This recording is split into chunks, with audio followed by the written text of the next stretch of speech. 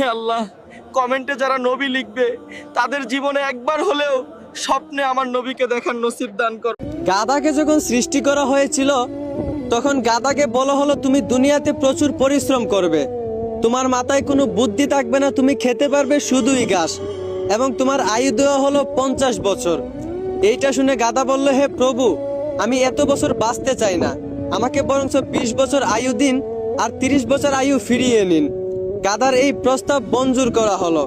এরপর যখন কুকুরকে সৃষ্টি করা হলো, কুকুরকে বলা হলো তোমার খাবার হবে মানুষের বাসি খাবার, মানুষের রেখে যাওয়া নষ্ট খাবার, এবং তোমার আয়ু দেওয়া হলো 30 বছর।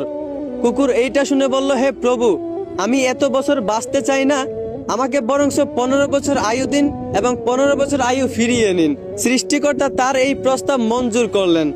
তারপর যখন বানরকে সৃষ্টি করা হলো তখন বানরকে বলা হলো তোমার কাজ হবে দুনিয়াতে শুধু এক ডাল থেকে আরেক ডালে ঝুলাঝুলি করা, মানুষকে বিনোদন দেওয়া, এবং তোমার আয়ু দেওয়া হলো 20 বছর।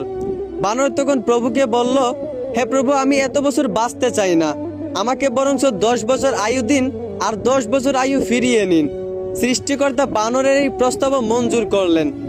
এরপর এলো পুরুষের পালা। পুরুষকে যখন সৃষ্টি করা হলো তখন পুরুষকে বলা হলো তুমি হচ্ছ সৃষ্টি জগতের সবচেয়ে শ্রেষ্ঠ প্রাণী আর তোমার আয়ু দেওয়া হলো 20 বছর। এইটা শুনে পুরুষ বলল, হে প্রভু, আমি এত কম বছর বাঁচতে চাই না,